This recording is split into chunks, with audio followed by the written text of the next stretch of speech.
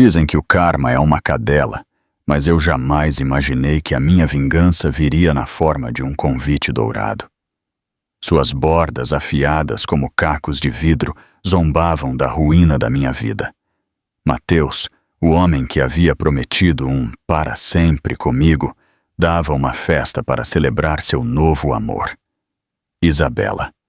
Ele chamava aquilo de um novo capítulo, mas para mim, grávida de 7 meses do nosso filho, era o epílogo final, um golpe brutal na alma. Parei diante da grande mansão que um dia chamamos de lar. A música pulsava no meu peito como uma dor fantasma. Cada fibra do meu ser implorava para que eu fugisse, me escondesse, protegesse a vida frágil que crescia dentro de mim. Mas eu não podia. Eu precisava ver. Precisava provar para mim mesma que a dor era real. O ar de uma noite abafada de verão em São Paulo era espesso e adocicado, pesado com o cheiro de jasmim e um perfume rançoso de dinheiro. Grudava na minha pele como uma segunda camada de suor sobre o brilho nervoso que me cobria desde que o cartão gravado chegou, há 2 semanas. Um convite. Mateus havia chamado de um gesto quando teve a audácia de me ligar. Não uma obrigação, é claro, mas uma forma de mostrar ao mundo que as coisas estavam, nas palavras dele, em bons termos. Em bons termos. A palavra era algo estéril, sem sangue, para descrever a carnificina que ele havia feito do nosso casamento.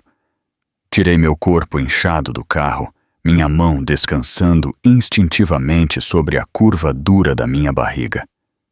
O bebê chutou.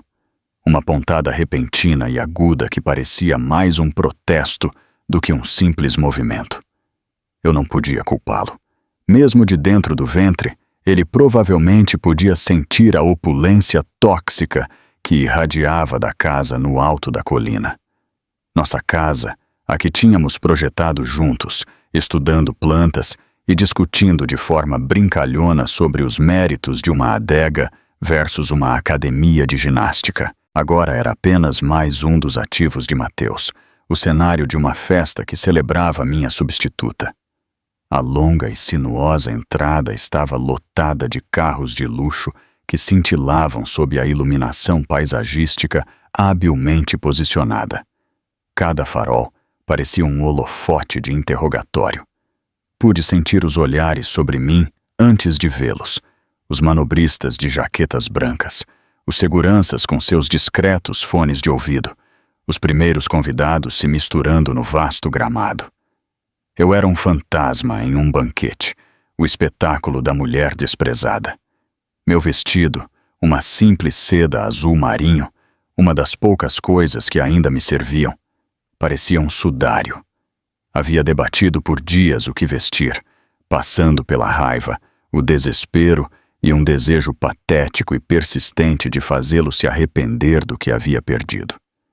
No final, optei pela dignidade, ou pelo pouco que ainda podia me agarrar a ela.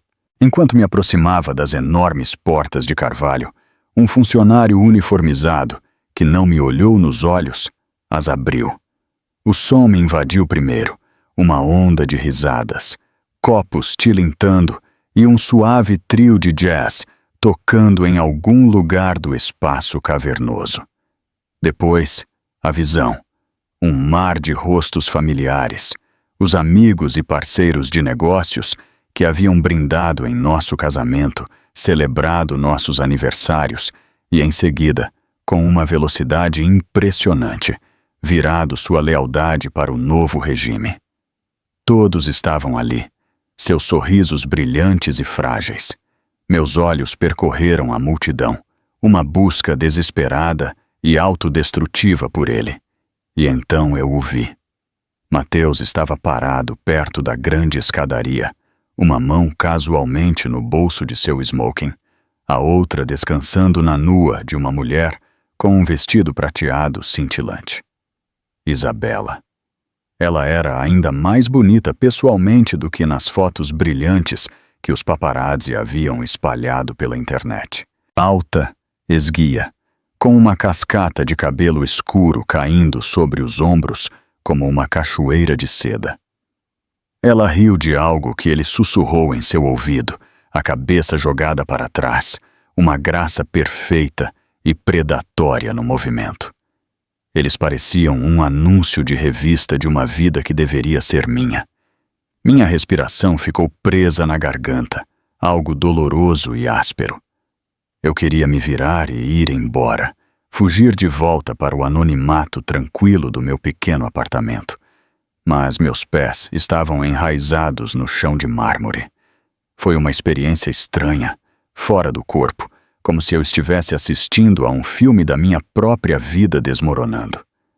Pude sentir os olhares de pena, ouvir os comentários sussurrados que morriam à medida que me aproximava.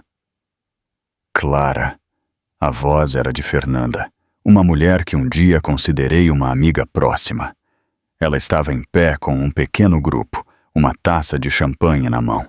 Sua expressão, uma máscara de simpatia cuidadosamente construída. Não posso acreditar que você realmente veio. Ele me convidou, eu disse. Minha voz rouca. Limpei a garganta, tentando soar mais forte do que me sentia. Ele disse que seria em bons termos. O marido de Fernanda, sócio do escritório de Mateus, se mexeu desconfortavelmente.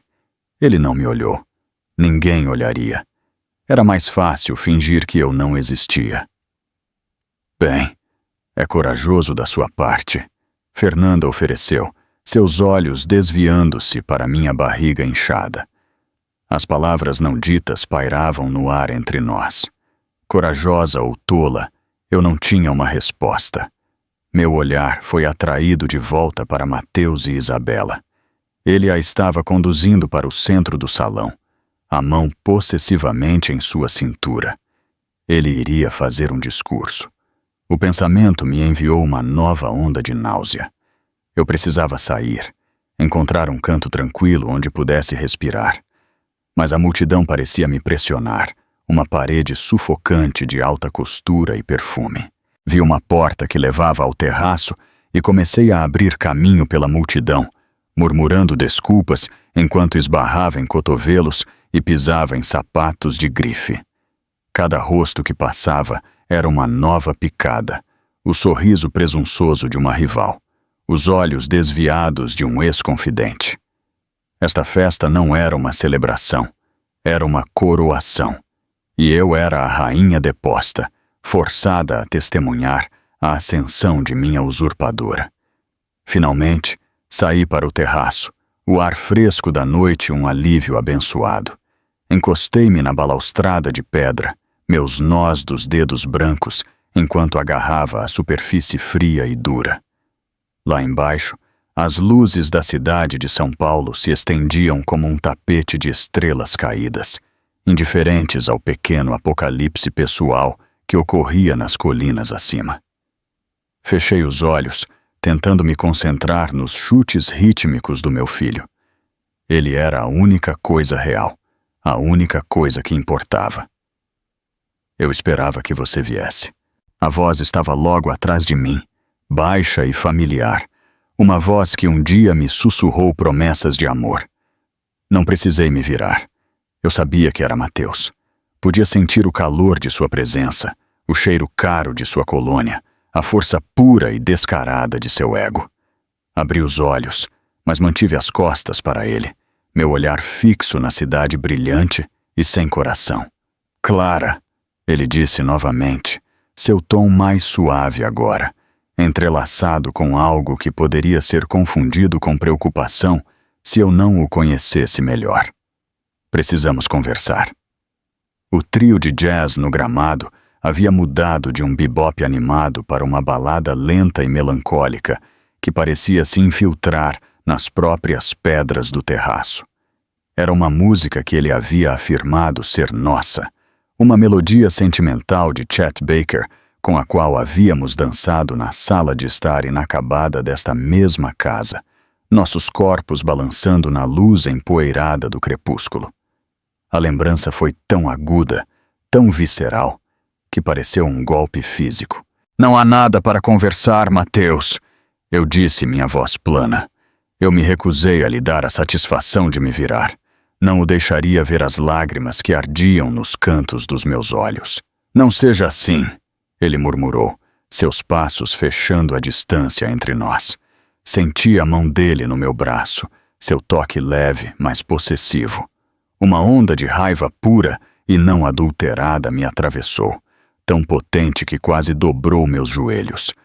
Puxei meu braço com um solavanco, como se seus dedos fossem brasas quentes. Não me toque, eu sibilei, finalmente me virando para encará-lo.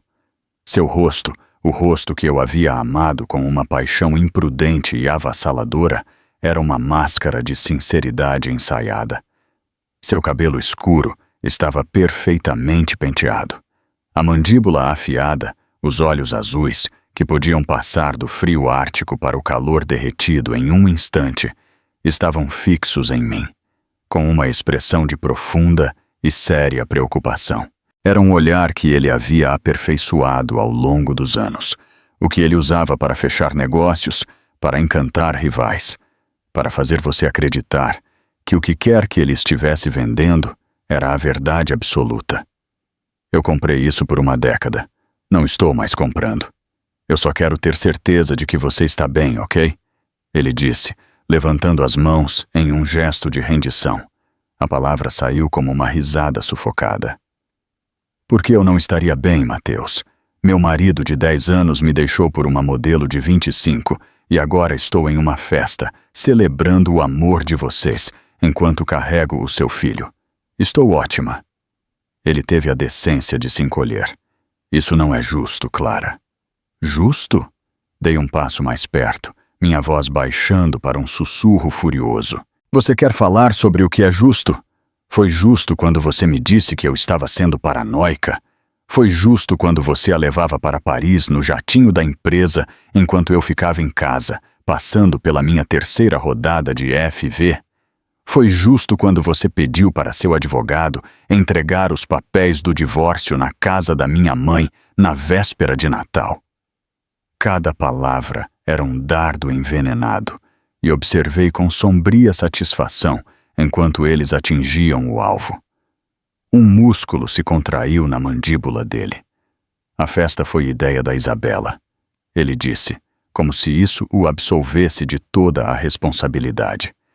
Ela queria ser transparente, colocar tudo às claras. Transparente? Repeti, a palavra com gosto de cinza na minha boca. Você quer dizer que ela queria se exibir?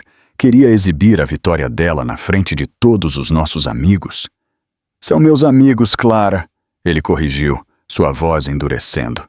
O lampejo fugaz de arrependimento havia sumido, substituído pela familiar e férrea defensiva que eu conhecia tão bem. E Isabela é a mulher que eu amo. Eu não vou permitir que você a insulte. A mulher que você ama. Eu repeti. Meu olhar desviou-se para além dele, de volta para o salão de baile cintilante. Isabela agora estava cortejando, um círculo de admiradores pendurados em cada uma de suas palavras. Ela parecia radiante, intocável. O que vai acontecer quando você se cansar dela, Mateus? Quando alguém mais jovem, mais bonita, aparecer? Você dará uma festa para ela também? Isso é diferente, ele insistiu, seus olhos seguindo meu olhar. Por um momento, vi um lampejo de algo em sua expressão. Dúvida? Insegurança? Sumiu tão rápido quanto apareceu. O que Isabela e eu temos é real. O que nós tínhamos também era. Eu sussurrei, a luta de repente se esvaindo de mim, deixando para trás uma dor fria e vazia. Ou isso foi apenas mais um dos seus negócios? Antes que ele pudesse responder, uma nova voz, musical e com sotaque, cortou a tensão. Jules, querido, você está aí? Isabela deslizou para o terraço, seu vestido prateado captando a luz da lua. Ela se moveu com a graça fluida e sem esforço de uma dançarina. Seu sorriso uma arma deslumbrante e perfeitamente calibrada. Ela me ignorou completamente, os olhos fixos em Mateus. Todo mundo está te procurando. Gabriel quer falar sobre o acordo de Singapura. Ela entrelaçou o braço no dele, os dedos com unhas vermelhas, um contraste marcante com o branco da jaqueta de seu smoking. Foi um ato de posse claro e inconfundível. Já vou, Mateus disse. Mas ele não se moveu. Ele olhou para mim. Depois para Isabela, um homem preso entre dois mundos. O olhar de Isabela finalmente pousou em mim. Seus olhos escuros percorreram meu corpo com uma avaliação fria e desdenhosa. Não havia malícia em sua expressão, nem triunfo. Apenas uma curiosidade fraca, quase imperceptível, como se ela estivesse examinando um móvel antigo que havia sido deixado pelos donos anteriores. Esta deve ser a Clara, ela disse. A voz dela era suave como creme. Estou tão feliz que você pôde vir. Ela estendeu a mão, sua pulseira de diamantes brilhando na luz fraca. Eu olhei para a mão estendida dela, depois para o rosto.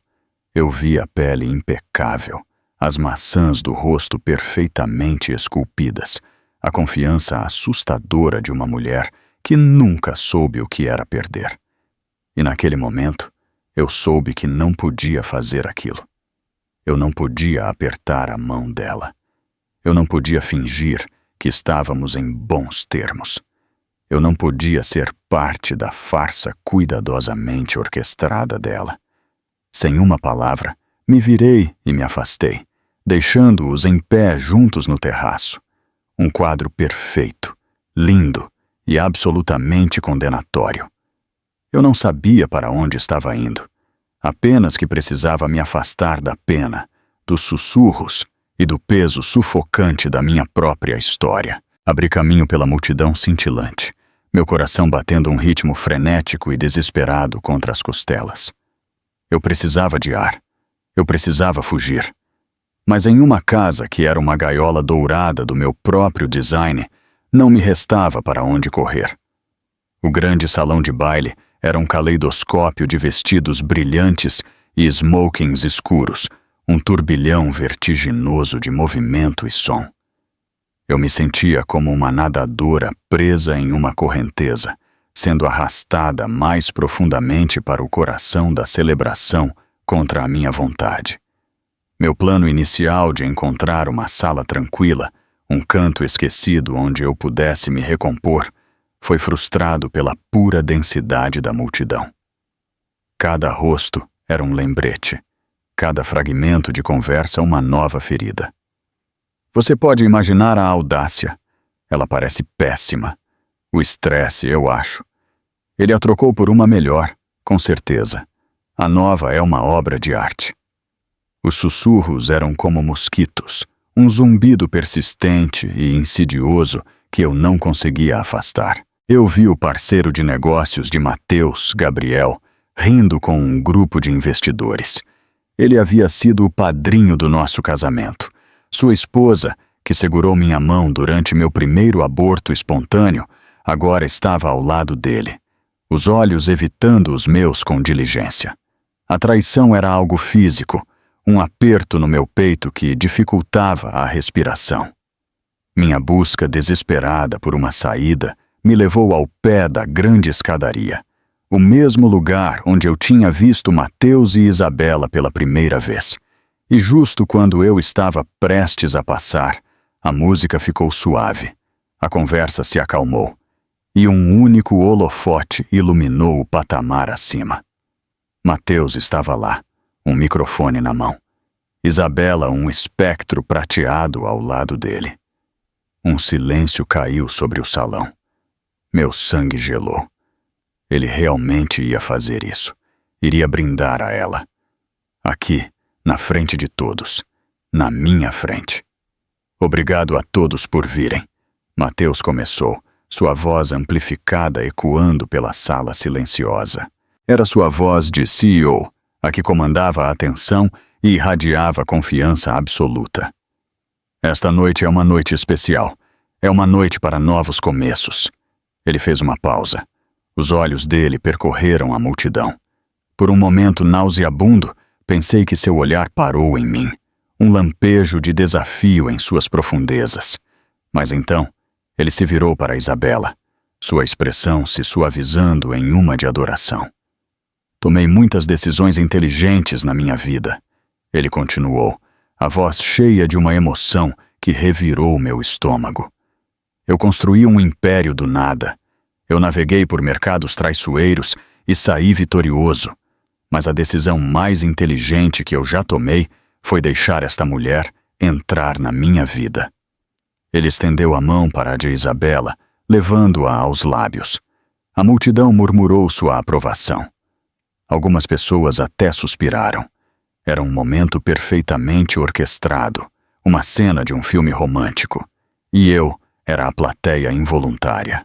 Isabela me ensinou o que significa realmente viver. Mateus continuou, sua voz ressoando com uma sinceridade que me embrulhou o estômago. Ela tem uma paixão pela vida, um fogo na alma que reacendeu o meu. Ela é minha parceira, minha confidente, meu maior amor. Ele levantou o copo para Isabela, a mulher que tornou minha vida completa. Ah, Isabela! A multidão ecoou, um coro de vozes selando meu destino. Copos foram levantados, sorrisos foram trocados, e naquele momento eu fui oficialmente apagada. 10 anos de história compartilhada, de amor e risadas, de luta e sacrifício, tudo apagado por uma única declaração pública. O aplauso foi ensurdecedor. Eu senti o chão se inclinar sob meus pés. Os lustres cintilantes se transformaram em riscos de luz. Uma onda de tontura me invadiu, tão intensa que eu tive que me agarrar ao corrimão para me apoiar. Meu coração batia contra minhas costelas, um pássaro frenético e preso. Eu tinha que sair. Agora. Mas à medida que o aplauso começava a cessar, Isabela se adiantou, pegando o microfone da mão de Mateus. O sorriso dela era radiante, os olhos brilhando. Obrigada, meu amor, disse ela, a voz um ronronar baixo e sedutor que me enviou uma nova onda de náusea. E obrigada a todos por compartilharem este momento conosco. Mateus é um homem magnífico, e sou a mulher mais sortuda do mundo por estar ao lado dele. Ela fez uma pausa. O olhar dela percorreu a sala, e desta vez não houve engano. Os olhos dela se fixaram diretamente nos meus. Houve um silêncio, uma respiração coletiva, enquanto toda a sala seguia seu olhar. O holofote pareceu me encontrar, me pregando contra a escadaria como uma borboleta em uma caixa de exibição. Eu estava exposta, vulnerável, o ponto focal de uma centena de pares de olhos. Eu sei que esta situação é um tanto não convencional. Isabela continuou, a voz pingando de falsa simpatia. E quero tirar um momento para reconhecer a Clara. Ela disse meu nome como se fosse uma palavra estrangeira, algo que ela tinha que saborear antes de pronunciar. Só posso imaginar o quão difícil isso deve ser para ela. E quero que ela saiba, do fundo do meu coração, que eu não desejo nada além do melhor para ela. Ela deu um pequeno sorriso beatífico. Mateus me contou muito sobre os anos que vocês compartilharam, e sei que ela será uma mãe maravilhosa e dedicada para o filho de vocês. Foi uma obra-prima de crueldade, uma humilhação pública, perfeitamente executada e disfarçada de gentileza. Ela não apenas havia reivindicado meu marido e meu lar, mas também havia reivindicado meu futuro, posicionando-se como a parceira benevolente e compreensiva do pai do meu filho. Ela havia me pintado como uma figura trágica, um objeto de pena, enquanto cimentava seu próprio status como a vitoriosa triunfante e graciosa. Um murmúrio baixo se espalhou pela multidão. Eu podia sentir a pena deles, a curiosidade mórbida, a satisfação secreta e presunçosa. O ar ficou denso, pesado, me pressionando de todos os lados. O salão começou a girar de verdade. Os rostos da multidão se fundiram em uma colagem grotesca e turbulenta. Minha mão voou para minha barriga, um gesto desesperado e protetor. O bebê chutava freneticamente, um grito silencioso e frenético que ecoava o meu. Olhei para o patamar, o rosto impassível de Mateus, o sorriso triunfante de Isabela, e naquele momento algo dentro de mim se partiu. A barragem cuidadosamente construída da minha compostura, a parede de dignidade que eu havia tentado desesperadamente manter, finalmente se despedaçou. Uma raiva branca e quente me invadiu, queimando o choque, a dor, a humilhação. Eu abri a boca, embora não tivesse ideia do que ia dizer. Eu só sabia que não podia. Eu não ia ficar ali e deixar que eles fizessem isso comigo. Eu não seria apagada. Eu não seria silenciada. Mas antes que eu pudesse pronunciar uma única palavra, uma dor aguda e ardente me atravessou o abdômen. Minha visão se estreitou. As bordas escureceram, como se uma cortina estivesse sendo puxada. Os sons da festa se desvaneceram para um rugido distante e abafado. A última coisa que vi antes que a escuridão me consumisse foi o rosto de Mateus, sua máscara de fria indiferença finalmente rachando, substituída por um olhar de horror puro e não adulterado. Então o chão correu para me encontrar, e a gaiola dourada se dissolveu na escuridão. O mundo não desapareceu tanto quanto se dobrou sobre si mesmo. A queda foi uma sensação de ausência de peso, uma breve e aterrorizante rendição à gravidade. Não houve dor. Não no início. Apenas o som de um suspiro coletivo, uma respiração aguda e repentina de uma centena de pulmões, seguida pelo grito de uma mulher que poderia ter sido o meu. Então veio o impacto, um baque dissonante, quando meu corpo se encontrou com o mármore frio e implacável do chão. A dor veio um momento depois, uma agonia cegante e incandescente que se irradiou do meu núcleo. Era um rasgo profundo e interno, uma cãibra cruel que me roubou o fôlego e enviou uma onda de fogo pelas minhas veias. Eu me encolhi, um instinto primário para proteger a vida que eu carregava, minhas mãos agarrando minha barriga inchada, como se eu pudesse manter meu filho e meu mundo juntos pela pura força de vontade. Da minha nova e humilhante posição no chão, a festa se transformou em uma pantomima grotesca. Os convidados elegantes, antes tão calmos e serenos, agora eram uma rajada caótica de movimento. Rostos pairavam sobre mim, suas expressões uma mistura de choque, curiosidade mórbida e uma preocupação distante, quase clínica. Eu vi bocas se movendo, mas o som estava distorcido, como se eu estivesse debaixo d'água. O jazz suave havia sido substituído por uma cacofonia de vozes aterrorizadas. O clique frenético de saltos no mármore, o toque distante e insistente de um telefone. Deem um pouco de ar. Alguém ligue para o 192. Ela está sangrando? As perguntas flutuavam sobre mim, incorpóreas e aterrorizantes. Eu tentei responder, dizer algo, mas minha garganta estava contraída. Meus pulmões se recusavam a respirar. Minha visão nadava. Os lustres cintilantes acima de mim se multiplicaram, a luz deles se fragmentando em 1000 pequenas e dolorosas lascas.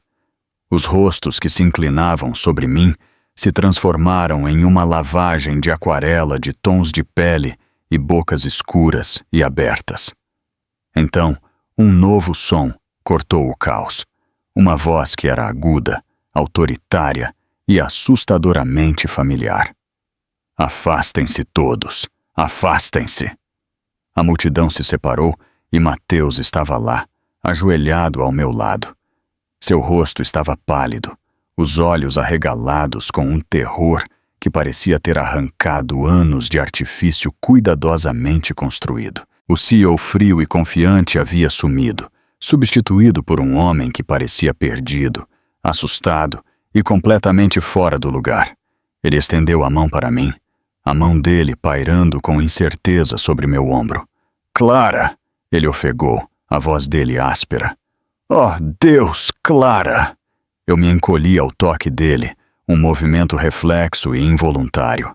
A visão dele, o som da voz dele, trouxe a realidade da minha situação de volta para mim, com a força de um golpe físico. A culpa era dele. Tudo. A festa, o discurso, a humilhação, a dor que agora rasgava meu corpo com uma intensidade aterrorizante. Não, eu consegui ofegar. A palavra, um mero sussurro de ar. Não me toque. Ele se encolheu, como se eu o tivesse batido. Ao fundo, eu podia ver Isabela, ainda em pé no patamar, uma boneca de porcelana congelada, o rosto perfeito em uma máscara de descrença. O triunfo dela havia se tornado algo feio, a linda festa dela arruinada pelo drama inconveniente da ex-mulher. Por um momento fugaz e selvagem, eu senti uma faísca de satisfação. Uma mulher com olhos gentis e preocupados e um corte de cabelo sensato abriu caminho entre os curiosos.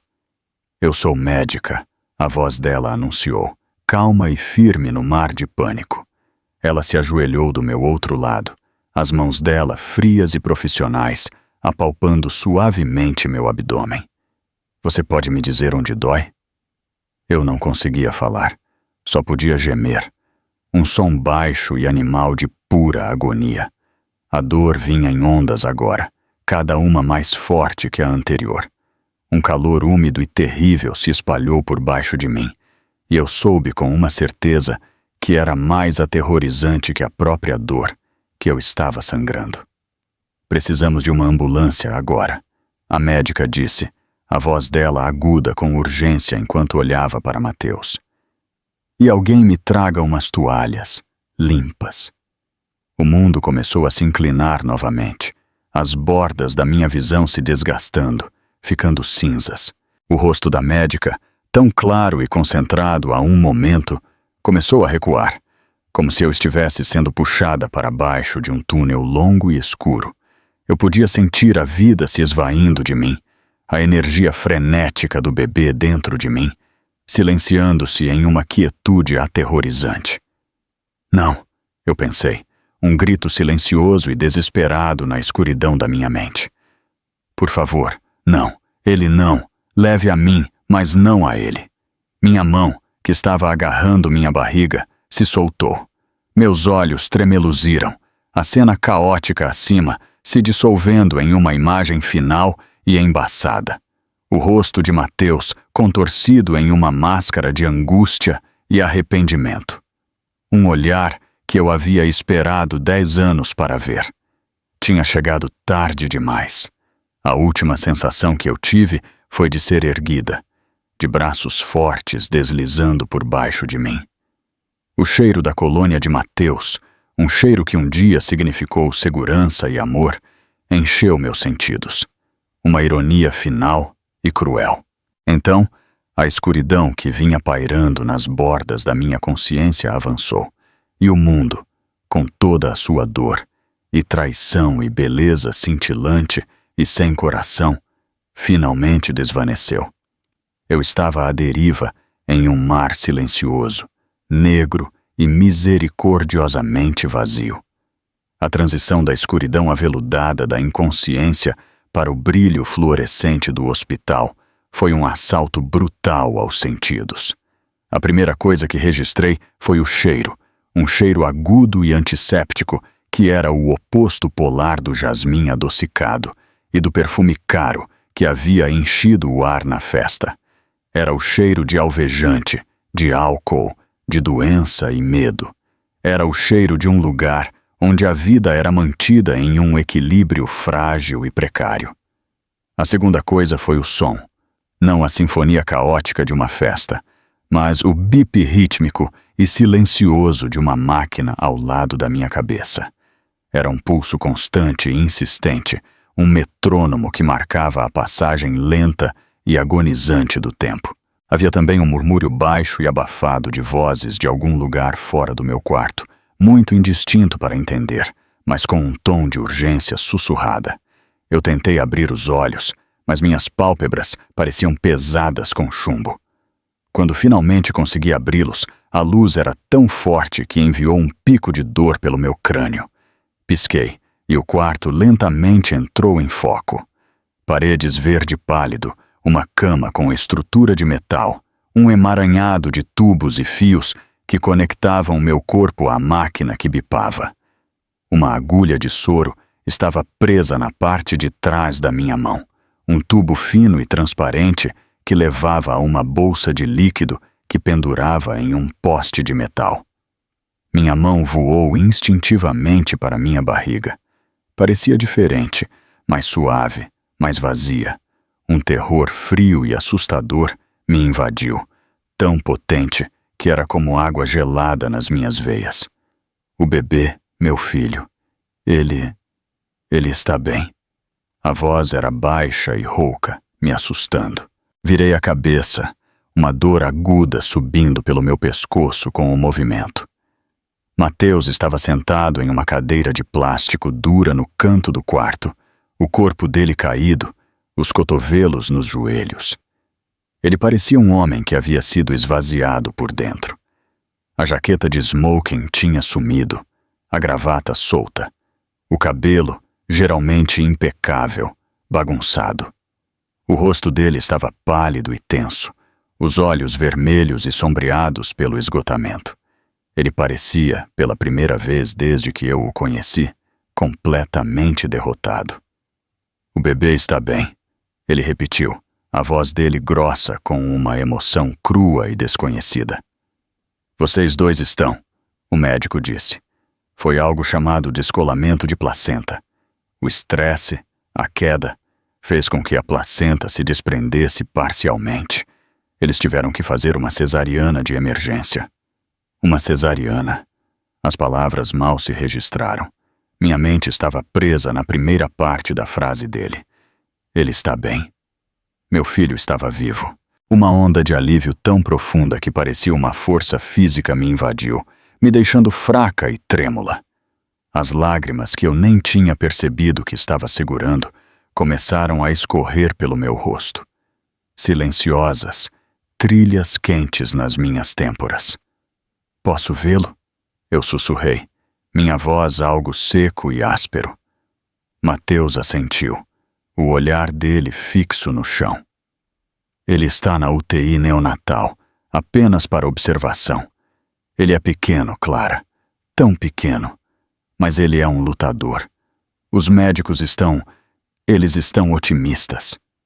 Ele finalmente me olhou, e nos olhos dele eu vi um redemoinho de culpa, medo e uma vulnerabilidade desesperada e suplicante. "Eu sinto muito", ele sussurrou, as palavras soando como se tivessem sido arrancadas das profundezas da alma dele. "Deus, Clara, eu sinto muito mesmo." Eu o encarei. O homem que havia despedaçado meu mundo, agora sentado quebrado em uma cadeira de hospital, implorando por um perdão que eu não tinha forças para dar. A raiva, a fúria que me sustentou por meses, parecia distante, silenciada pela realidade estéril do quarto de hospital e pelo alívio avassalador e abrangente de que meu filho estava vivo. "Onde ela está?" eu perguntei, a pergunta desprovida de emoção. Mateus se encolheu, como se a pergunta fosse um golpe físico. "Isabela, eu a mandei para casa. Isso foi demais para ela. O sangue, a ambulância, não foi o que ela combinou." As palavras eram planas, mas debaixo delas eu ouvi uma nota de amargura, uma desilusão nascente.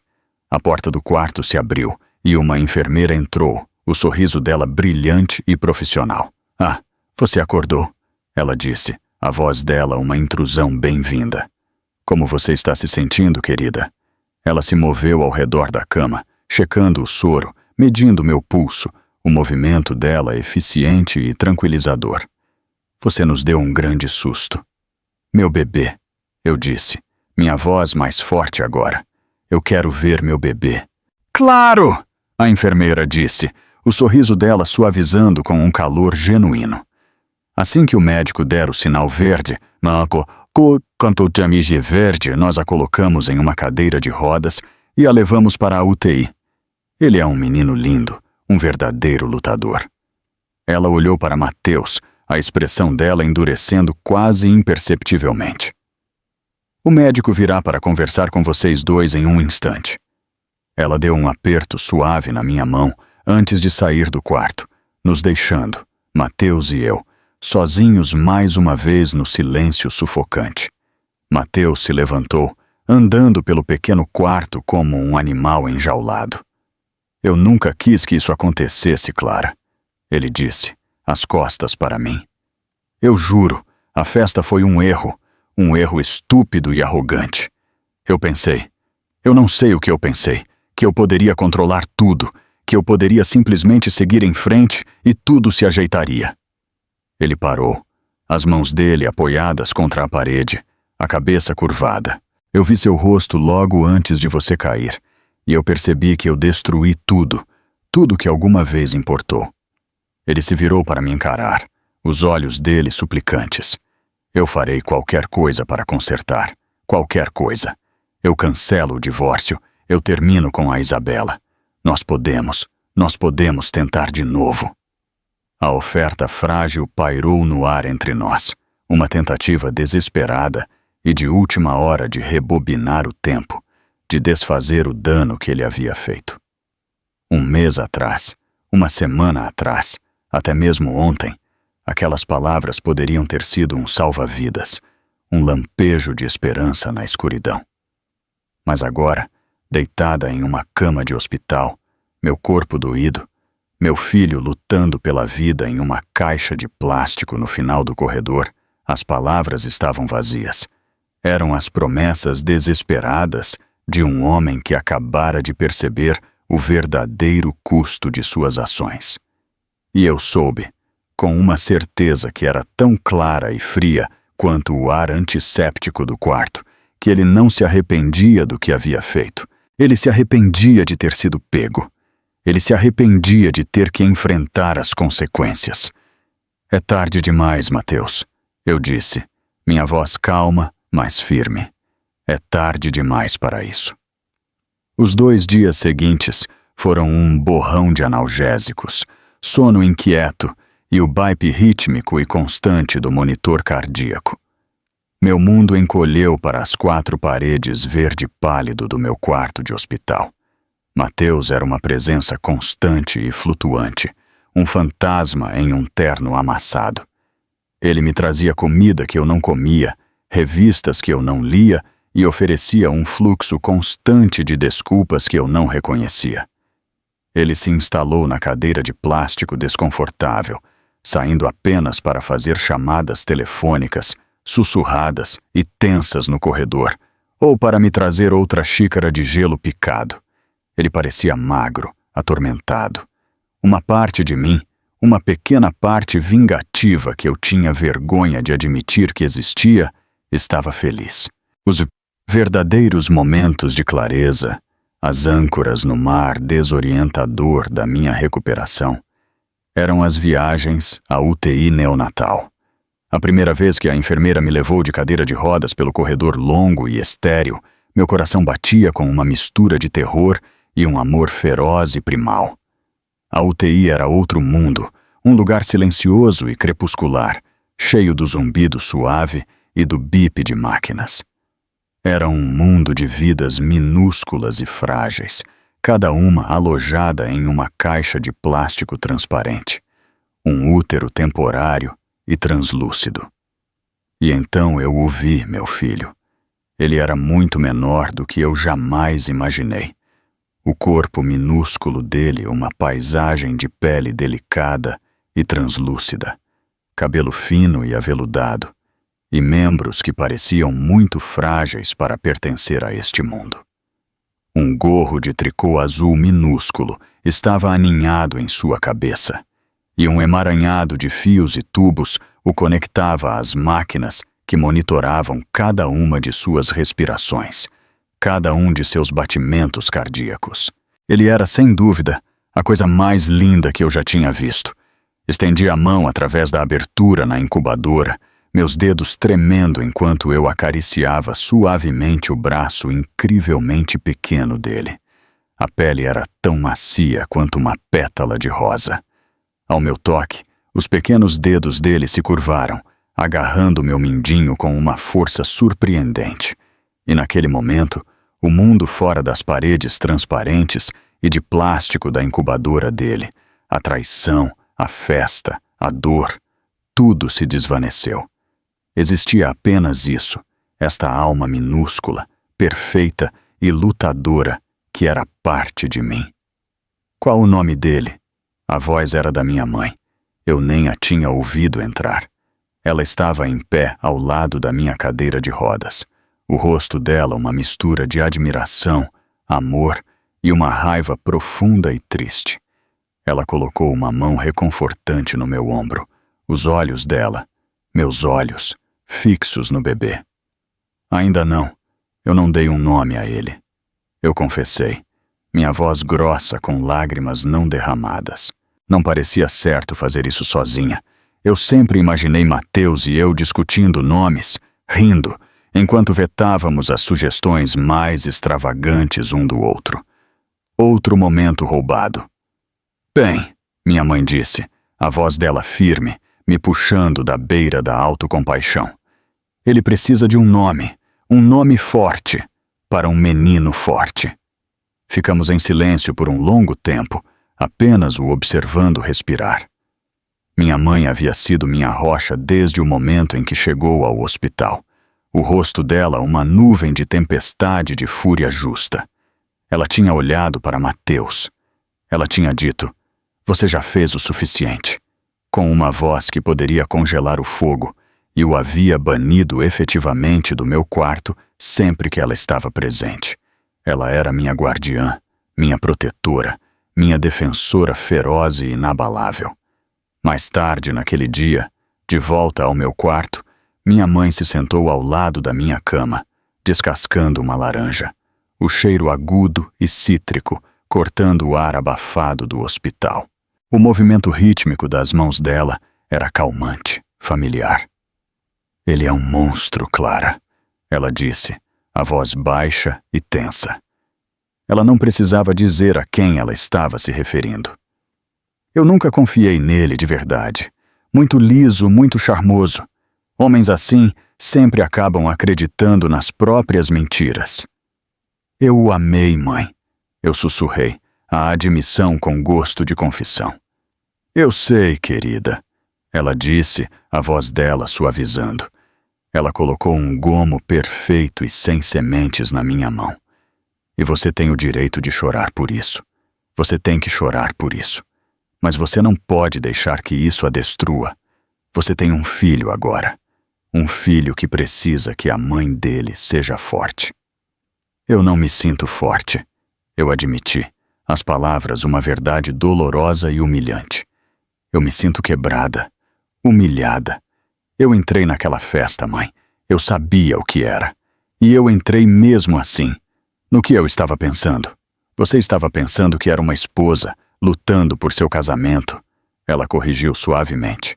Você estava pensando nos votos que você fez, mesmo que ele os tenha esquecido. Não há vergonha nisso, Clara. A vergonha é toda dele. Ela se inclinou para frente, os olhos dela fixos nos meus. O que ele fez, o que aquela mulher fez naquele palco, aquilo não foi apenas uma festa. Foi uma execução pública. Eles queriam humilhá-la até você desaparecer. Mas você não o fez, Clara. Você se manteve firme, e você precisa continuar de pé. As palavras dela foram um bálsamo, uma pomada calmante em uma ferida crua e aberta. Ela estava certa. A crueldade deles havia sido calculada, o ato deles projetado para quebrar meu espírito. E quase havia conseguido. Mas ver meu filho segurando sua mão minúscula havia mudado algo em mim. Havia acendido um lampejo de um tipo diferente de fogo. Não o fogo avassalador e destrutivo da raiva, mas uma chama pequena e constante de amor feroz e protetor. O advogado está vindo amanhã, minha mãe disse, o tom dela voltando aos negócios. Nós precisamos estar prontas. Ele vai lutar com você, Clara. Homens como o Mateus não perdem. Eles tentarão pintá-la como instável, uma mãe inapta. Eles usarão o fato de você ter desmaiado na festa dele contra você. Um nó frio de medo se apertou no meu estômago. Esta era a guerra que minha mãe havia previsto. Ele não faria isso, eu disse novamente, a palavra soando fraca e ingênua, mesmo para meus próprios ouvidos. Ele fará, Dr. Ricardo Vance, meu advogado, afirmou. Sua voz não deixava espaço para dúvidas. Na minha experiência, homens com o nível de riqueza e poder de Mateus não veem uma batalha de custódia como uma questão familiar. Eles a veem como uma negociação de negócios e usarão qualquer e toda alavancagem à disposição deles para garantir um resultado favorável. Ele se inclinou para a frente, a expressão dele suavizando ligeiramente. Mas nós também temos alavancagem. Ele não quer uma briga pública, Clara. A história da ex-esposa grávida desmaiando na festa da amante dele? Isso não é uma boa imagem para um homem que é o rosto público de uma empresa de US$1 bilhão. Nós podemos usar isso. A ideia de usar meu próprio trauma, minha própria humilhação, como uma arma em uma batalha legal, me revirou o estômago. Mas a ideia de perder Lucas, isso era infinitamente pior. A conversa me deixou exausta, minha cabeça latejando, meu corpo dolorido. Depois que Ricardo e minha mãe foram embora, eu caí em um sono inquieto e cheio de sonhos. Fui acordada por uma batida suave na porta. Eu esperava que fosse a enfermeira com meu analgésico, mas foi Mateus que entrou furtivamente no quarto, seus movimentos hesitantes, quase sorrateiros. Sua mãe se foi, ele afirmou, os olhos dele piscando para a cadeira vazia no canto. Ela foi buscar algo para comer, eu disse, minha voz plana. Eu apertei o botão na lateral da cama, me levantando para uma posição sentada. O movimento enviou uma dor aguda e latejante através da minha incisão. Eu fiz uma careta, minha mão indo instintivamente para meu abdômen. Você está bem? Ele perguntou, dando um passo em direção à cama. Eu estou bem, eu disse, meu tom deixando claro que eu estava longe de estar bem.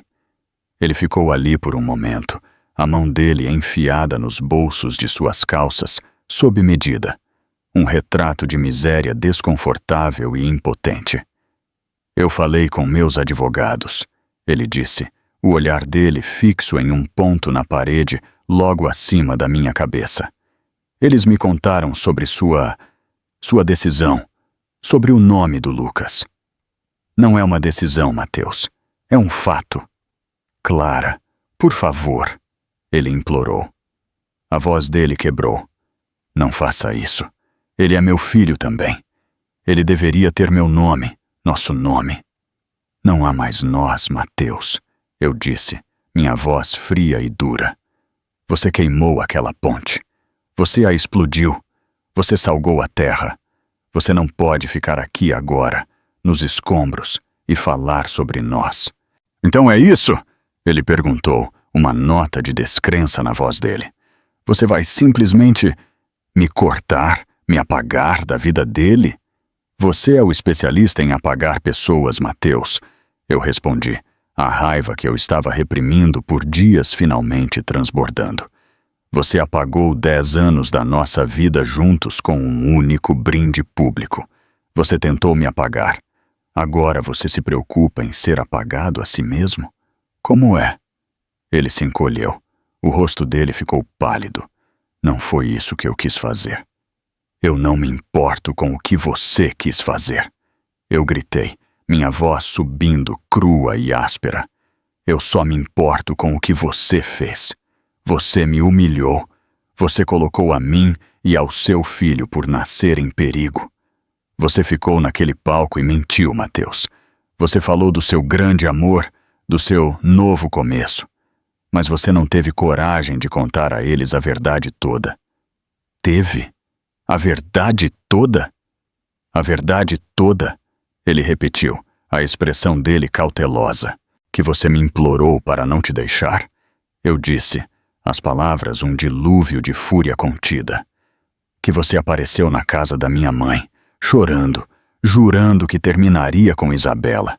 Que você me disse que tinha cometido um erro terrível, que não podia viver sem mim.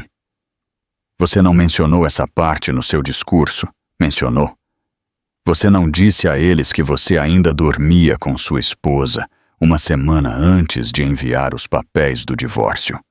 A cor escoou do rosto dele. Ele parecia como se eu o tivesse atingido fisicamente. Você é um covarde, Mateus. Eu cuspi, a palavra um veneno na minha língua. Você é um covarde fraco e patético, que está com tanto medo de ficar sozinho que você destrói qualquer um que comete o erro de amar você. Você não ama Isabela. Você nem a conhece. Você ama a ideia dela. Você ama a maneira como ela faz você se sentir sobre si mesmo.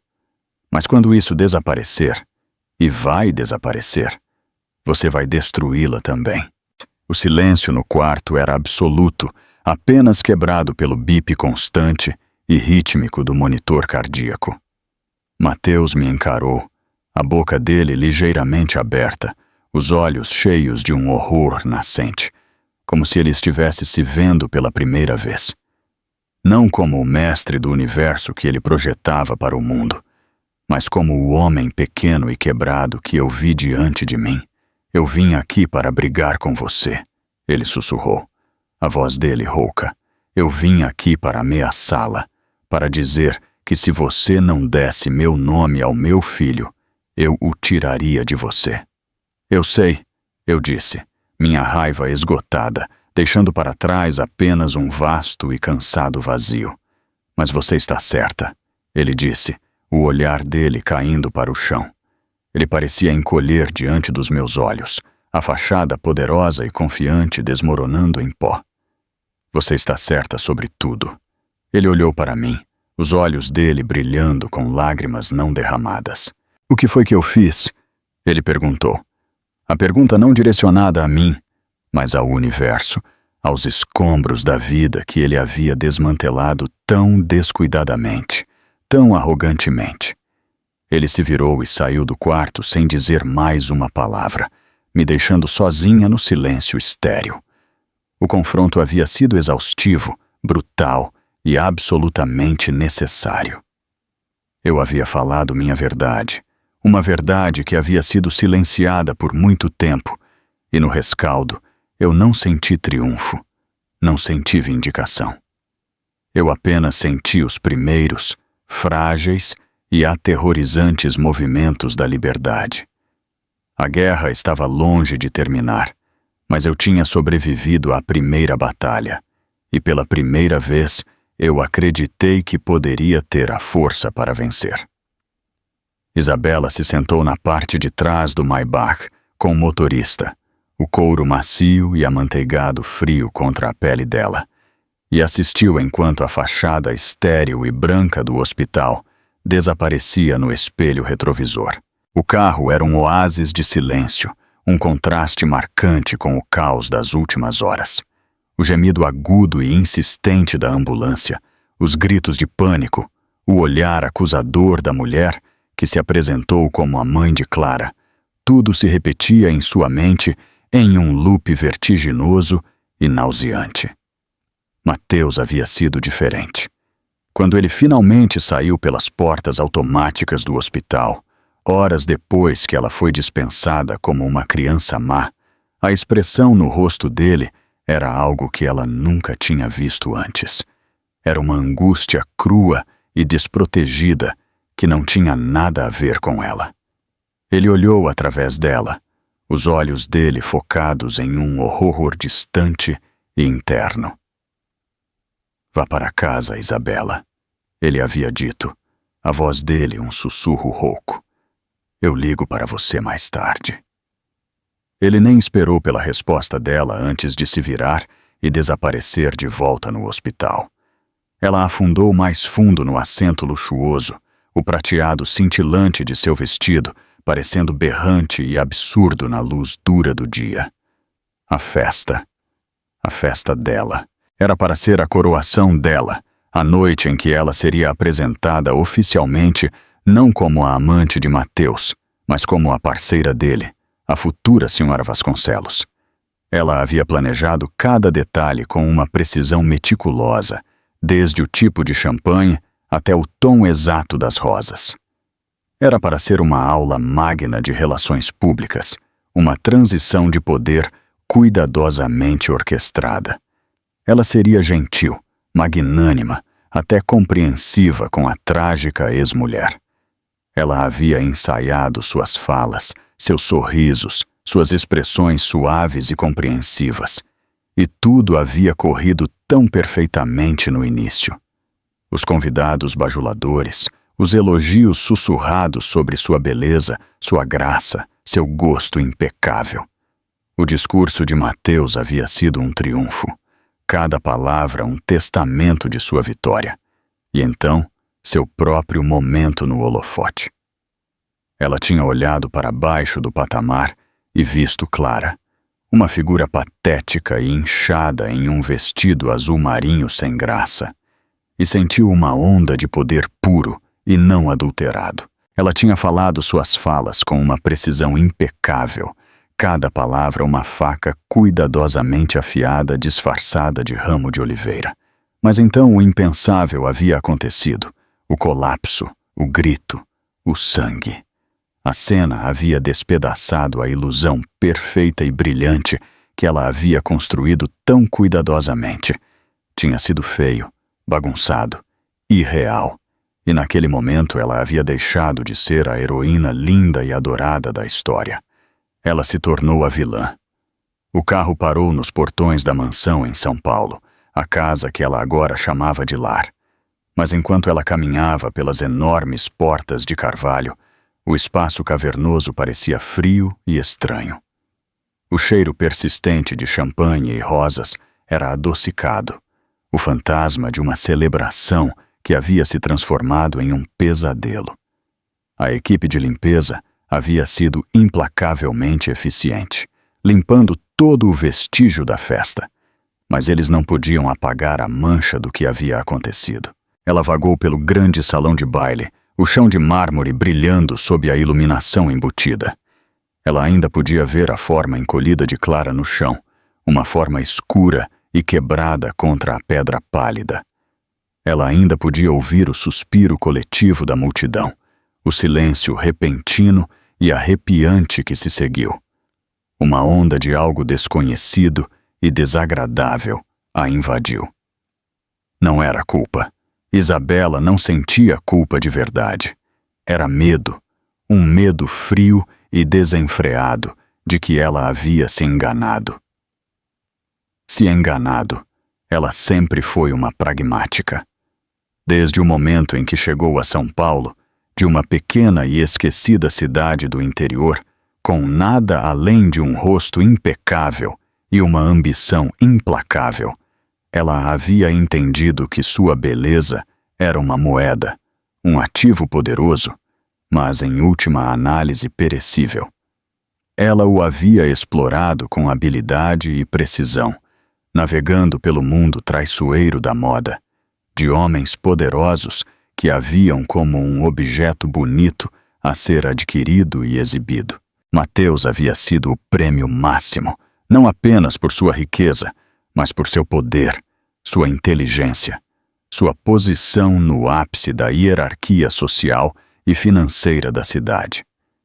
Ele era o bilhete dela para um tipo diferente de vida, uma vida de segurança, de influência, de permanência.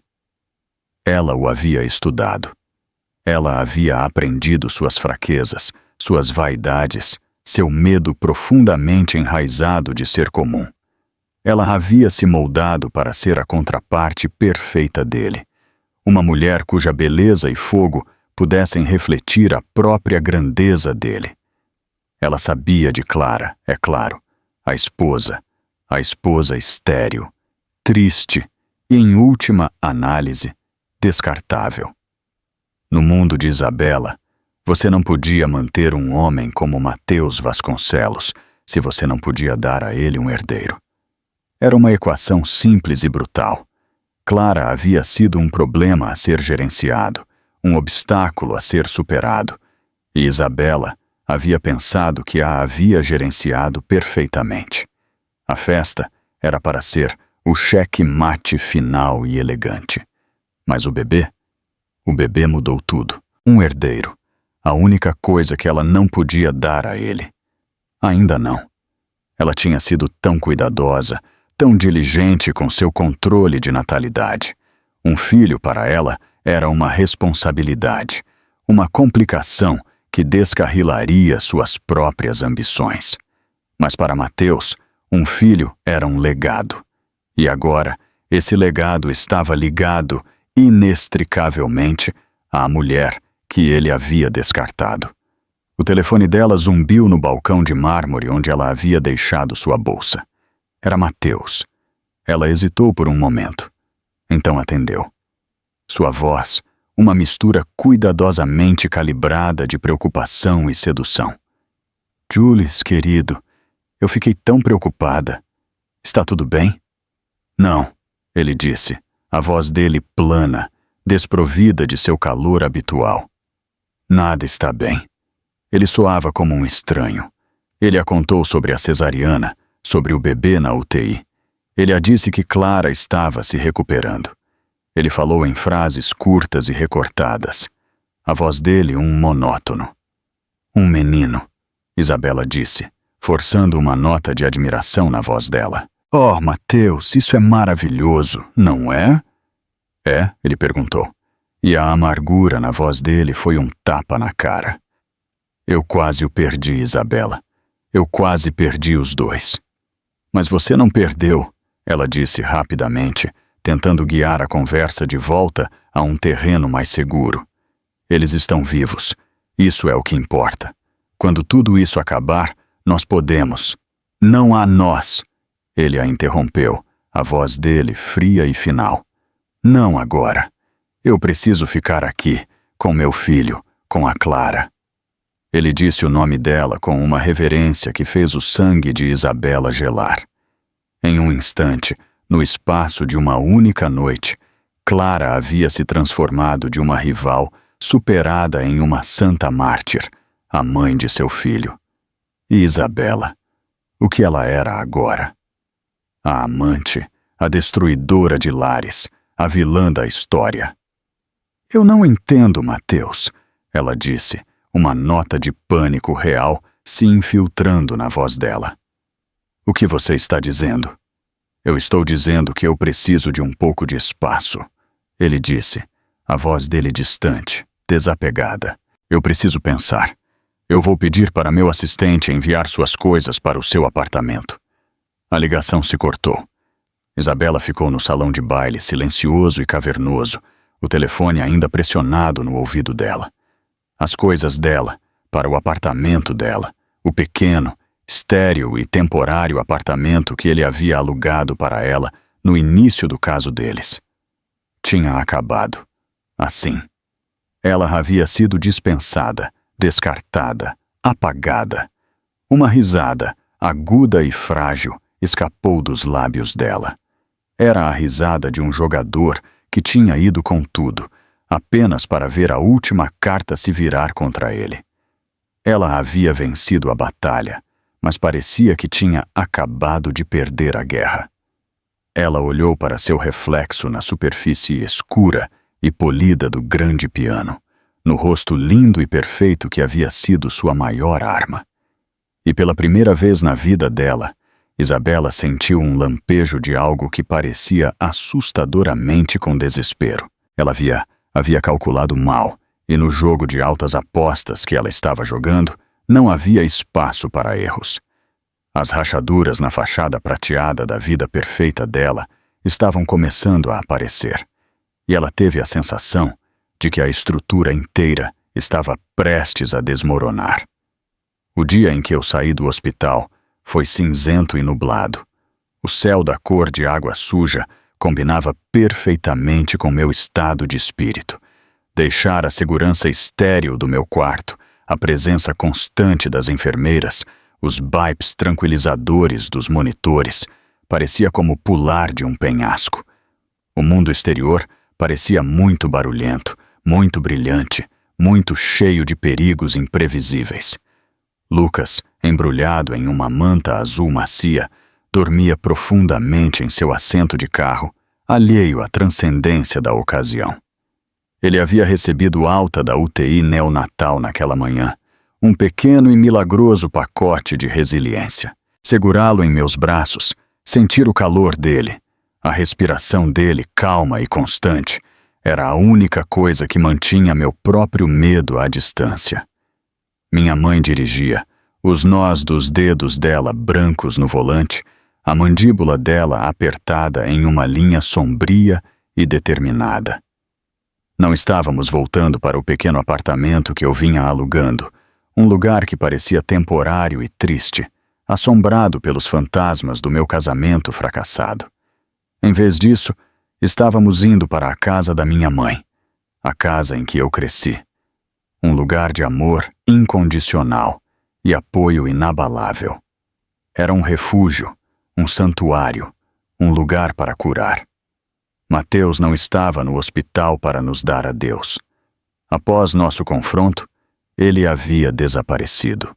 Ele enviou flores, enormes arranjos fúnebres, que eu pedi para as enfermeiras jogarem fora.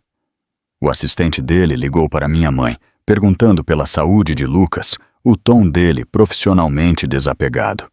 Mas o próprio Mateus permaneceu um fantasma.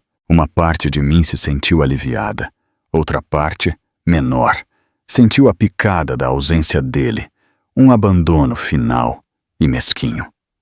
As semanas que se seguiram foram um borrão de noites sem dormir, mamadas intermináveis e a realidade avassaladora, assustadora e emocionante de ser uma nova mãe.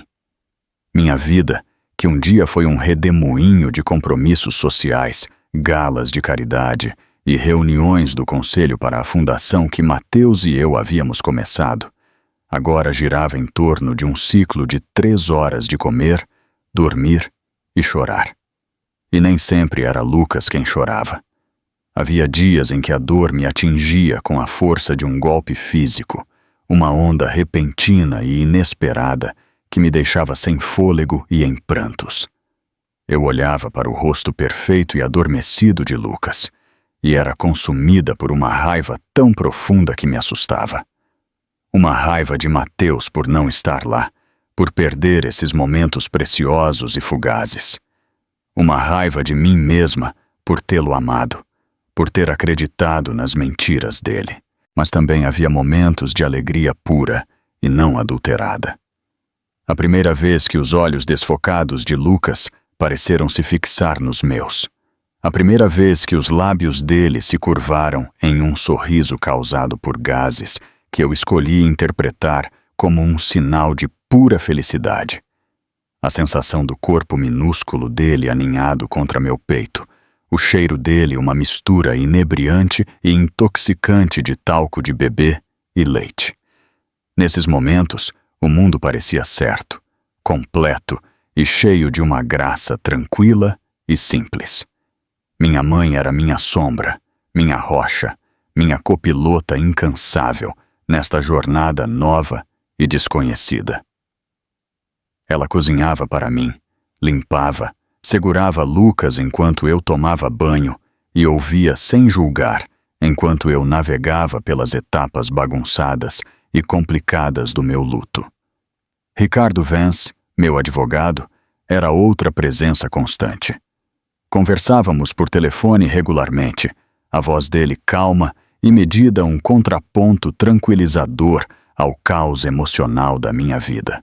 Ele estava construindo nosso caso, meticulosamente e pacientemente.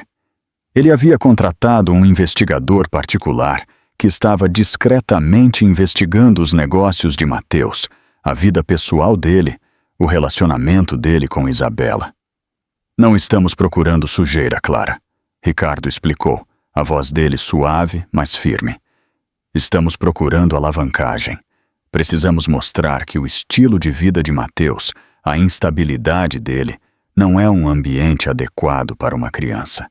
Precisamos estabelecê-la como a mãe estável e responsável.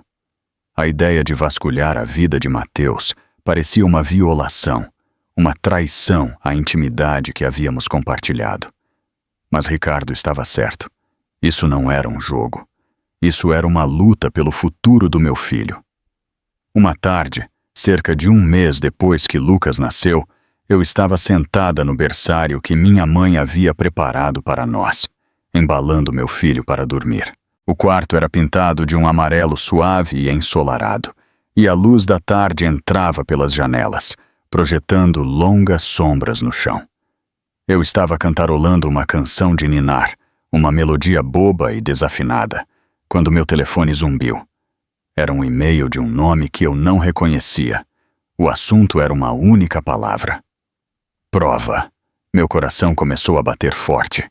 Com as mãos trêmulas, eu abri o e-mail. Ele continha um único anexo, um documento escaneado. Era um manifesto de voo de um jatinho particular, datado de 6 meses antes, para uma viagem às Ilhas Cayman. A lista de passageiros continha 2 nomes, Mateus Vasconcelos e Isabela Rossi. Essa não era a parte chocante. A parte chocante era o nome da empresa que havia fretado o jatinho, uma corporação fantasma que o investigador de Ricardo havia recentemente ligado a um dos maiores rivais de negócios de Mateus, um homem com quem ele teve uma disputa pública e cruel por anos. Eu rolei a tela para baixo. Havia um segundo anexo, um extrato bancário. Ele mostrava uma transferência eletrônica de $2 milhões de outra corporação fantasma. Esta com sede no Panamá, para uma conta em nome de E. Rossi. A data da transferência era 2 dias após a viagem às Ilhas Cayman. Eu vi. A sala começou a girar. Eu li os documentos novamente, e então uma terceira vez. As peças de um quebra-cabeça que eu nem sabia que existia se encaixavam no lugar com uma clareza nauseante e horrível. Isabela não tinha sido apenas a amante de Mateus. Ela tinha sido uma espiã corporativa, uma armadilha. Ela tinha sido paga pelo rival dele para se aproximar dele, para coletar informações, para arruiná-lo. E Mateus, cego pelo próprio ego, pelo desejo por uma mulher bonita, jovem e adoradora, havia caído direto na armadilha. Meu primeiro instinto foi uma onda de regozijo selvagem e triunfante. Ele mereceu. Ele mereceu ser arruinado, ser derrubado pela própria arrogância e estupidez. Mas então eu olhei para o bebê adormecido em meus braços. Meu filho, o filho de Mateus. Um escândalo público, uma implosão corporativa. Destruiria Mateus? Sim, mas as consequências inevitavelmente atingiriam Lucas. Eu fiquei ali por um longo tempo, o telefone pesado na minha mão, a evidência condenatória brilhando na tela. Eu tinha o poder de destruir Mateus Vasconcelos. Eu tinha a prova. A questão era, o que eu ia fazer com ela? O caminho da vingança era tentador, um canto de sereia de fúria justa. Mas eu agora era mãe, e o primeiro instinto de uma mãe não é destruir, mas proteger. Eu fechei os olhos, minha mão descansando no corpo pequeno, quente e sólido de Lucas. A escolha diante de mim era terrível, uma encruzilhada que definiria o resto da minha vida. Pela primeira vez eu tinha poder. Poder real. Não o poder emprestado e refletido de ser a senhora Mateus Vasconcelos, mas o meu próprio. O poder de escolher.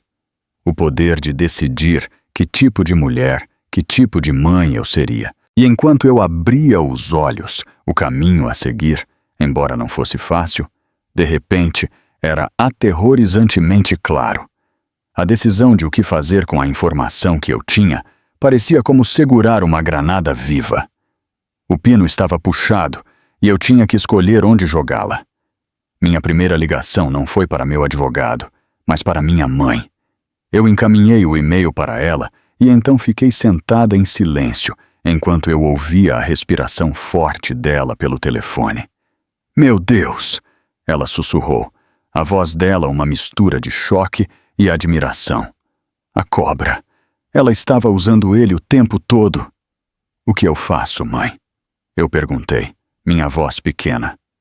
Houve uma longa pausa do outro lado da linha. Eu podia ouvir as engrenagens girando na mente dela afiada e prática. Você não faz nada, ela disse finalmente, a voz dela firme. Ainda não. Este é o seu as, Clara, seu trunfo. Você não o joga até que seja absolutamente necessário. Você fica com ele. Você espera. O conselho dela, como sempre, foi certeiro. O conhecimento da traição de Isabela era uma arma poderosa, mas uma arma é mais eficaz quando mantida em reserva. Uma ameaça silenciosa e não dita. Então eu esperei. Eu me instalei no ritmo tranquilo, monótono e lindo da minha nova vida. Eu assisti Lucas crescer. Eu senti minha própria força retornando, e eu mantive meu segredo perto do meu peito. Algumas semanas depois, os primeiros tremores do terremoto começaram. Começou com um sussurro em uma coluna de fofocas, um artigo anônimo sobre um CEO de alto perfil, cujos recentes emaranhados pessoais estavam causando preocupação entre o conselho de sua empresa. Em seguida, veio um artigo mais detalhado em uma revista financeira, questionando algumas das recentes e atipicamente arriscadas decisões de negócios de Mateus. O preço das ações da Vasconcelos Indústrias, que havia sido uma rocha de estabilidade por anos, começou a cair. Mateus, ao que parecia, estava se desfazendo, sem Isabela para reforçar o ego dele e cambaleando com a humilhação pública da nossa separação e a vergonha privada do nosso último confronto. Ele estava cometendo erros. Ele estava se tornando imprudente, errático. O rei estava perdendo sua coroa e os tubarões estavam começando a cercá-lo. Então, a ligação de Ricardo Vance chegou. A voz dele era sombria. Os advogados de Mateus entraram com um pedido de custódia exclusiva, Clara. As palavras me atingiram como um golpe físico. Em que base? Eu ofeguei, minha mão apertando o telefone. Eles estão alegando sofrimento emocional, citando as circunstâncias do seu colapso. Ele disse, a voz dele tensa com raiva. Eles estão pintando você como uma mulher instável e histérica, que não é apta para ser mãe. Eles citaram seus registros médicos. Eles estão jogando sujo, Clara. Mais sujo do que eu esperava. O medo que me atravessou foi frio e agudo. Esta era a guerra que minha mãe havia previsto. O que nós fazemos? Nós lutamos, Ricardo disse, a voz dele um rosnado baixo. É hora, Clara. É hora de jogar nossa carta. No dia seguinte, Ricardo enviou um único e-mail criptografado para o advogado principal de Mateus. Ele continha o manifesto de voo e o extrato bancário. Não havia comentários ou explicação, apenas a prova fria e dura da traição de Isabela. A resposta foi rápida e absoluta. Dentro de 1 hora, o advogado de Mateus ligou para Ricardo. O pedido de custódia exclusiva estava sendo retirado. Na verdade, toda a ação legal estava sendo interrompida. Eles queriam negociar imediatamente. A reunião aconteceu 2 dias depois, no território neutro do escritório de Ricardo no centro. A sala de conferências era grande e impessoal, com uma mesa de mogno polida que refletia o céu cinzento e nublado. Eu me sentei de um lado, com Ricardo e minha mãe. Mateus se sentou do outro, ladeado por 2 advogados de rosto de pedra, em ternos cinzas idênticos. Ele parecia terrível. Ele havia perdido peso e havia círculos escuros e machucados sob os olhos dele. Ele não me olhava. O olhar dele estava fixo na superfície polida da mesa. As mãos dele estavam entrelaçadas tão fortemente que seus nós dos dedos estavam brancos. Ele parecia um homem que havia sido despido, a armadura dele de riqueza e poder arrancada, deixando apenas a vergonha crua e exposta da sua própria loucura. As negociações foram rápidas e brutais. Ricardo era um mestre, desmontando a posição legal de Mateus com uma precisão calma e metódica. Ele não levantou a voz. Ele não precisava. A ameaça não dita da informação que tínhamos pairava no ar, uma presença silenciosa e sufocante. Eu observei Mateus e senti uma pontada estranha e inesperada de algo que parecia quase pena.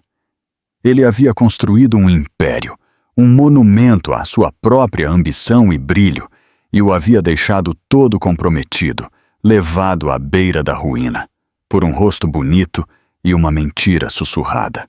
Ele estava tão obcecado com a ideia de ser traído por mim, a esposa que ele havia prejudicado, que ele tinha estado completamente cego para a traição real, aquela que eu estava encarando o tempo todo.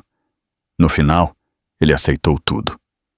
Eu teria a custódia física e legal exclusiva de Lucas. O sobrenome dele continuaria sendo o meu. Mateus teria direitos de visitação supervisionada a meu critério. O acordo financeiro foi mais do que generoso. Foi astronômico. Ele estava de fato pagando pelo meu silêncio. Ele estava comprando a empresa dele, a reputação dele, a vida dele, com uma fortuna que garantiria que Lucas e eu estaríamos seguros pelo resto de nossas vidas. Quando acabou, quando os papéis foram assinados e os advogados estavam apertando as mãos, Mateus finalmente olhou para mim. Os olhos dele estavam ocos, derrotados. "Por quê?" ele perguntou, a voz dele um sussurro rouco que só eu podia ouvir. "Por que você não publicou? Por que você não me destruiu?" Eu o olhei. O homem que havia sido meu marido, meu parceiro, o grande amor e a grande dor da minha vida. E eu dei a ele a única resposta que importava. "Porque ele é seu filho", eu disse, minha voz calma, mas firme. "E ele merece ter um pai, não uma desgraça."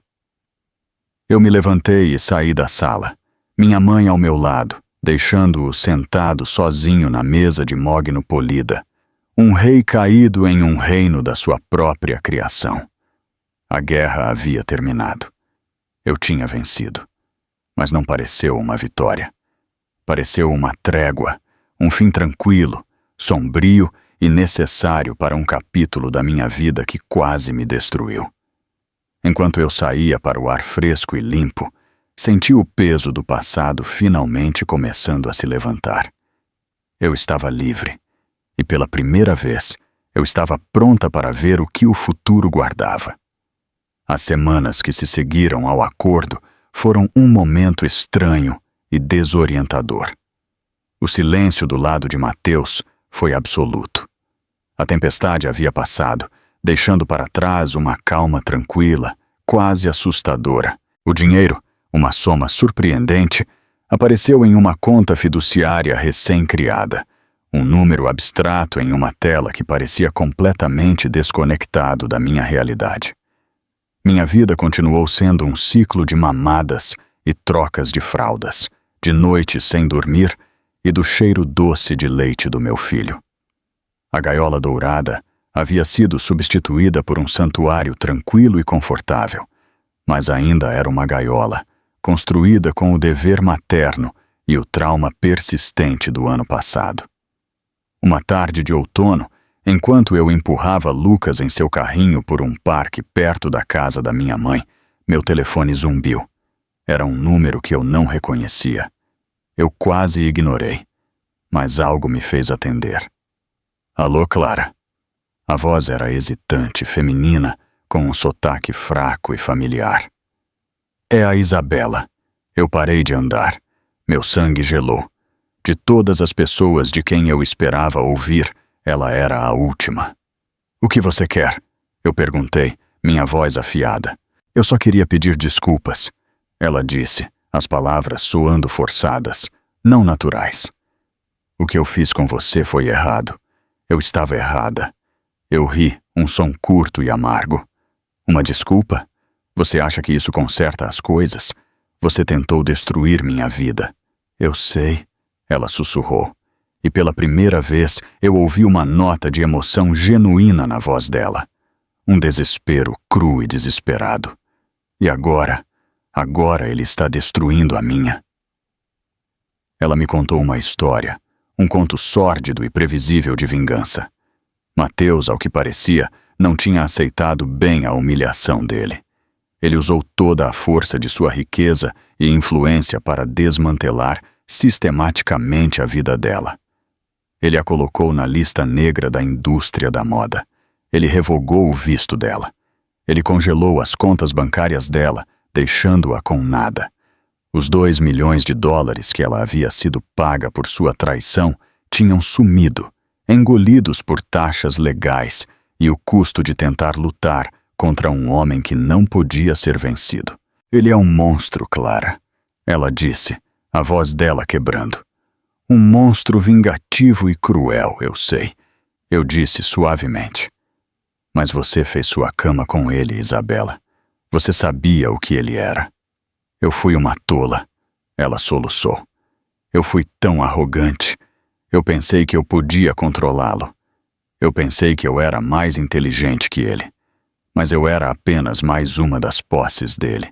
E quando ele acabou comigo, ele me jogou fora. Ela não era mais a predadora fria e confiante que eu tinha visto na festa. Ela era apenas mais uma vítima, outra mulher quebrada pelo ego de Mateus. Eu não sabia o que dizer. Eu não senti pena dela. Não de verdade.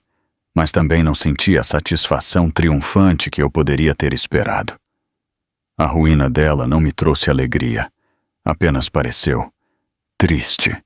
Um desperdício. Eu estou deixando o país amanhã, ela disse, a voz dela grossa com lágrimas. Eu queria que você soubesse. Ele não venceu. Não de verdade. Porque ele perdeu você. E ele perdeu o filho dele. Ele tem a empresa dele, o dinheiro dele, o poder dele. Mas ele está vazio. Eu vi nos olhos dele. Ele é o homem mais solitário que eu já conheci. Ela desligou, me deixando em pé no meio do parque, as folhas de outono se espalhando aos meus pés. O homem mais solitário que eu já conheci. As palavras ecoaram na minha mente. Naquela noite, Mateus veio para sua primeira visita supervisionada com Lucas. Ele chegou à casa da minha mãe na hora combinada, parecendo um fantasma em um terno sob medida. Minha mãe o deixou entrar, o rosto dela uma máscara de fria desaprovação, e o conduziu para a sala de estar, onde eu estava esperando com Lucas em meus braços. A visita foi insuportavelmente estranha. Mateus sentou-se na beira do sofá, as mãos dele entrelaçadas nervosamente entre os joelhos, olhando para o filho dele com uma mistura de admiração, terror e uma tristeza profunda, e de partir o coração. Ele parecia ter medo de tocá-lo, como se ele pudesse quebrá-lo. Você pode segurá-lo se quiser, eu disse, minha voz mais suave do que eu pretendia. Ele olhou para mim, os olhos dele arregalados com uma esperança desesperada e suplicante. Eu caminhei e coloquei Lucas gentilmente nos braços dele. Mateus era desajeitado, as mãos grandes dele lidando desajeitadamente com o corpo minúsculo e frágil. Mas quando Lucas se aninhou contra o peito dele, um olhar de puro e não adulterado espanto transformou o rosto de Mateus. Ele olhou para o filho dele, a expressão dele uma mistura de amor, arrependimento e uma dor tão profunda que era quase insuportável de testemunhar. Ele olhou para mim, os olhos dele brilhando com lágrimas não derramadas. Ele é perfeito, ele sussurrou. Sim, ele é. Nós ficamos sentados em silêncio por um longo tempo, o único som no quarto, os suaves sons de gorgolejo que Lucas fazia enquanto ele dormia. A raiva, o ódio, a amargura que haviam definido nosso relacionamento por tanto tempo pareceram ter evaporado, deixando para trás apenas uma compreensão compartilhada e dolorosa. Éramos duas pessoas quebradas, ligadas por esta vida perfeita e inocente que havíamos criado. Obrigado, Mateus disse, a voz dele grossa com emoção, por não me destruir, por me deixar ser o pai dele. Não me agradeça, Mateus, eu disse, minha voz calma, mas firme. Apenas seja o pai que ele merece. Não foi perdão, não foi reconciliação. Foi algo muito mais complexo, mais difícil. Foi uma escolha de seguir em frente, uma escolha de colocar o futuro do nosso filho acima do nosso próprio passado quebrado. Foi o início de um caminho longo e incerto, um caminho que exigiria uma força e uma graça que eu não tinha certeza de que possuía. Mas enquanto eu olhava para meu filho, dormindo pacificamente nos braços do pai, eu sabia que eu tinha que tentar. Por ele, a batalha pela minha própria sobrevivência havia terminado. A luta pelo futuro dele, um futuro livre das sombras do nosso passado, estava apenas começando. Os anos que se seguiram não foram um conto de fadas. Não houve uma reconciliação mágica, nenhuma resolução ordenada e limpa para a história bagunçada e complicada de nossas vidas. Em vez disso, houve um processo lento e minucioso de construir algo novo dos escombros do antigo, um novo tipo de família, uma que não era definida pelo amor ou pela paixão, mas por um compromisso compartilhado e inabalável com o bem-estar do nosso filho. Mateus, para minha surpresa, cumpriu a palavra dele. Ele se tornou um pai, um de verdade. Ele esteve lá para cada joelho ralado, cada peça de teatro da escola, cada jogo de futebol. Ele era desajeitado no início, um homem mais confortável em uma sala de reuniões do que em um playground. Mas ele aprendeu. Ele aprendeu a amarrar um sapato, a ler um conto de dormir, a ouvir com uma paciência que eu nunca soube que ele possuía. Ele era uma presença constante e firme na vida de Lucas, um pai que não era definido por sua riqueza ou seu poder, mas por sua devoção tranquila e inabalável. Nosso relacionamento permaneceu uma dança cuidadosa e delicada. Éramos educados, cordiais, dois parceiros de negócios na empreitada conjunta de criar um filho. A raiva e a dor do passado se desvaneceram, substituídas por uma distância tranquila e respeitosa. Houve momentos, fugazes e raros, em que eu vi um vislumbre do homem que eu um dia amei, uma risada compartilhada sobre algo que Lucas disse, um olhar de orgulho mútuo sobre a última conquista dele. Mas as feridas eram muito profundas, as traições muito profundas para realmente cicatrizar. Éramos duas ilhas separadas, conectadas apenas pela ponte do nosso sol. Eu encontrei meu próprio caminho, meu próprio propósito. Voltei para a faculdade, fiz meu mestrado em serviço social e, eventualmente, assumi a fundação que Mateus e eu havíamos começado, remodelando-a à minha própria imagem. Eu coloquei minha energia em ajudar outras mulheres, outras famílias, que haviam sido despedaçadas pela traição e pela perda. Eu encontrei uma alegria tranquila e satisfatória no meu trabalho, um senso de propósito que não tinha nada a ver com ser a senhora Mateus Vasconcelos. Uma tarde ensolarada, quando Lucas tinha 7 anos, eu o estava assistindo brincar no parque. Ele era um menino lindo, uma mistura perfeita da inteligência afiada do pai e da minha própria determinação tranquila. Mateus também estava lá, sentado em um banco próximo, os olhos dele, como sempre, fixos no filho. Lucas, perseguindo uma bola de futebol, tropeçou e caiu, ralando o joelho. Ele correu para mim, o rosto dele enrugado em lágrimas. Eu me ajoelhei, limpando as lágrimas dele, limpando o ralado, colocando um curativo com tema de desenho animado na ferida. Melhor? Eu perguntei, beijando a testa dele. Ele assentiu, as lágrimas dele já esquecidas. Papai pode me empurrar no balanço? Ele perguntou, os olhos dele brilhantes. Claro, eu disse, sorrindo. Ele correu para o pai, agarrando a mão dele, puxando-o em direção ao conjunto de balanços. Eu os observei. Um homem alto e bonito em um terno de negócios e um menino pequeno e vibrante com um curativo no joelho. E naquele momento, eu senti uma sensação de paz que eu não achava possível. Minha vida não era a que eu tinha planejado.